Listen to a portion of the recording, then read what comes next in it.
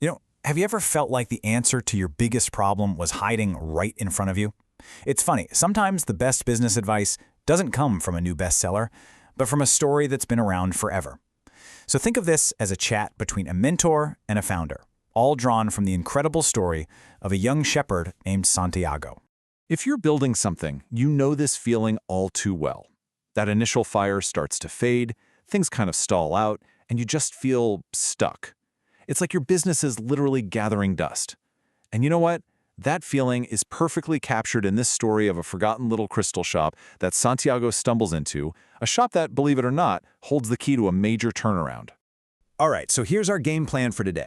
We're going to start by figuring out what's really going on. I call it the Founder's Plateau.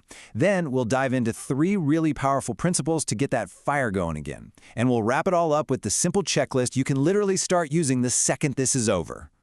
So first, let's meet the crystal merchant. Now, he's a good guy, but his business is dying. He's just gotten so used to the quiet, so used to the dust, that he can't even see it anymore. He's completely paralyzed by the fear of things being any different. Honestly, he could be any one of us who's lost that initial spark and is just, going through the motions. And really, it all just boils down to perspective, doesn't it? For the merchant, his shop is a total failure. But for Santiago, this outsider, it is bursting with untapped potential. See, that cloudy glass isn't a sign of decay to him. It's a super simple, quick fix. It just goes to show you stagnation is often just a story we're telling ourselves.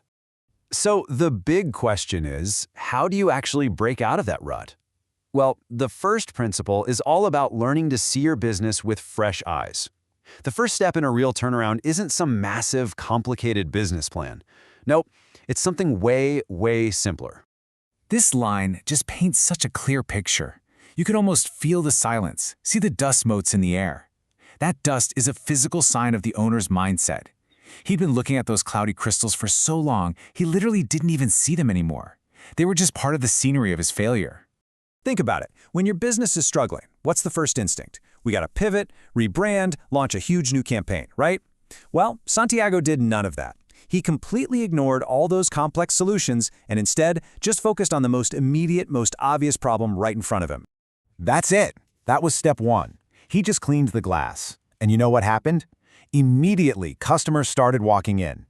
It's such a brilliant example of how the smallest, most basic action can have an instant, visible impact. And that little win? That's the momentum you need for the bigger changes. Okay, so that first small win gets the ball rolling, but you don't immediately bet the entire company on some huge, risky idea. No, you build on it. And that brings us right to principle 2. The incredible power of low-risk, high-impact experiments.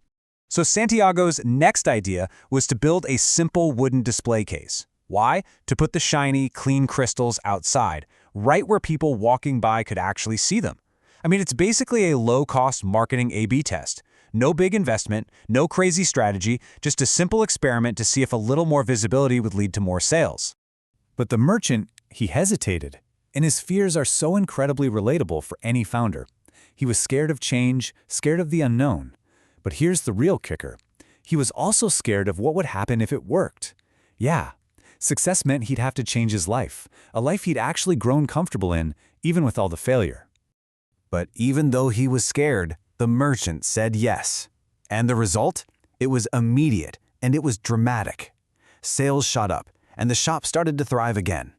This just proves the power of making small, iterative improvements. One little successful test gives you the data and the confidence to try the next one. All right, so cleaning glass and building displays. Those are tactics, right? But this final principle, this is a mindset. And honestly, it might be the most important one for getting through the crazy uncertainty of any business journey. As Santiago is getting ready to leave the now thriving shop, the merchant gives him one last piece of wisdom. He says, "Maktub, it is written." Now, this isn't about being passive or giving up. Not at all. It's a really profound philosophy for any entrepreneur. See, Maktub is all about understanding that you can't control the market. You can't control your competitors. You can't even control if a customer decides to walk through your door. But you can control whether the glass is clean. You can control whether you run those small experiments. It's about pouring all your energy into your actions and then trusting the process for the results. So how do we take all these amazing lessons and actually put them into practice? Like right now. Let's boil everything down into a simple, actionable checklist, all inspired by Santiago's time at that little crystal shop. Okay, number 1, audit with fresh eyes. Find that one thing, a neglected page on your website, an old process. That's your dusty crystal. Second, propose one simple, low-risk test to make it better. Third, actually measure the results. Did it work? And finally, trust the process. Embrace MockTube and just focus on making one small improvement after another. At the end of the day, this is the real lesson from the crystal shop.